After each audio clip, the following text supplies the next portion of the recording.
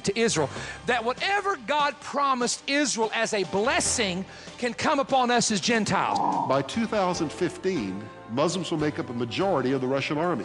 Get the entire conference today. All messages on audio tape or CD for only $119 plus $10 shipping, or on DVD for only $199 plus $10 shipping. When you order all the sessions, we will send you absolutely free the historic Convocation, where 8 speakers were together on one panel for 3 exciting hours. Call now toll free 1-888-463-7639 and have your credit card ready.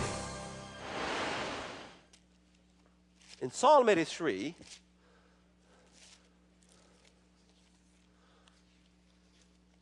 it talks about, and that's what really got me, you know, when I read that part. Look at this part here. It says about the Muslims, the Ishmaelites, the Hajarites, they're coming against Israel, and God will destroy them. Verse 17, let them be confounded and dismayed forever. Yes, let them be put to shame and perish. Verse 18, that they may know, the Muslims, those are Muslim countries, that they may know that you, whose name alone is the Lord, are the most high over all the earth. That the Muslims will finally recognize who God is, His name. And what is in a name? You talk to a Western mindset and you say, what's the name of the Lord? Can you tell me? Give me some examples. Come on, talk to me. What? Can you raise your hand? When everybody mats together, you know, we're all sheep, we mat together, doesn't... I want one sheep at a time. Yes. He's going to what? His name is Jehovah. What else? Lamb of God. What else? I am. But what does this mean? Lamb of God. What does it mean? You know, let's think about the word name. The way when you see name, when I see name, I got a different image in my mind than yours. His name shall be called Emmanuel, which means God with us. That's not a name. Jesus is not from Mexico. His name is not Emmanuel. His name is Yeshua.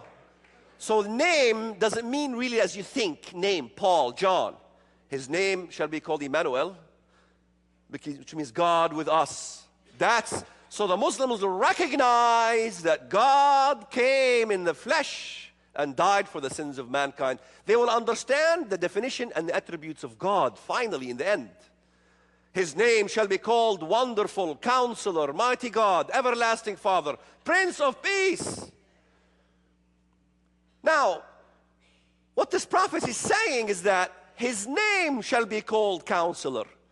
While the world denies it, no one in the world can deny only one person had these titles. You can deny He's God. You can deny He's the Messiah. You can deny He's the Son of God. But there's one thing no one can deny, is that His name was called these things. So what is a mountain? Kingdom. So when Christ says, if you have faith of a mustard seed, you can move the mountain, right? See, Western mindset things, when Jesus says that, I'll take a little wand with a little star in the end, and I'll stand at the edge and say, move mountain, move. When was the last time you've moved mountains that way? Jesus makes sense. When He says stuff, it means something that makes sense. He really is a great communicator, but He likes to speak in a certain wavelength that few will get. They asked Him, how come you speak in parables? He said, so the damned don't get it. Sounds cruel? That's your problem. But that's how He speaks. So the mountain is always a kingdom. The mountains will bow to you. Every hill will bow. Kingdoms will bow. Right? Now, that you know that mountain means kingdom, guess what? You all graduate as experts in Bible prophecy. You're laughing, but I'm not, because I'm very serious. I saw the woman, she was drunk of the blood of the saints and with the blood of the martyrs. Right? Okay. Look what it says in verse 9. He tells them in verse 7, don't worry, I'll tell you what the mystery is. In verse 9, here is the mind which has wisdom. The 7 heads are 7 mountains on which the woman sits. Now, You saw this image, how all of it is together, God destroys them. 7 mountains. What's a mountain? There are 7 heads. 1, 2, 3, 4, 5, 6, 7. Not very good looking mountains, but 7 mountains, right? 1, 2, 3, 4, 5, 6, 7. There are also 7 heads, right? There are also what? 7 kings. Verse 10.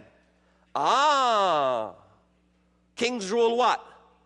Kingdoms. So a mountain is what? Kingdom. It's not the Vatican. That's not Rome. 5 have fallen. 1 is, and the other has not yet come. Hello? Who's talking here? Who's talking? Who's writing this stuff? Thank you. John. He says 5 kingdoms fell. Where's John sitting? Which number? Number 6. John is right here. And what kingdom was John under? Rome. What was before Rome?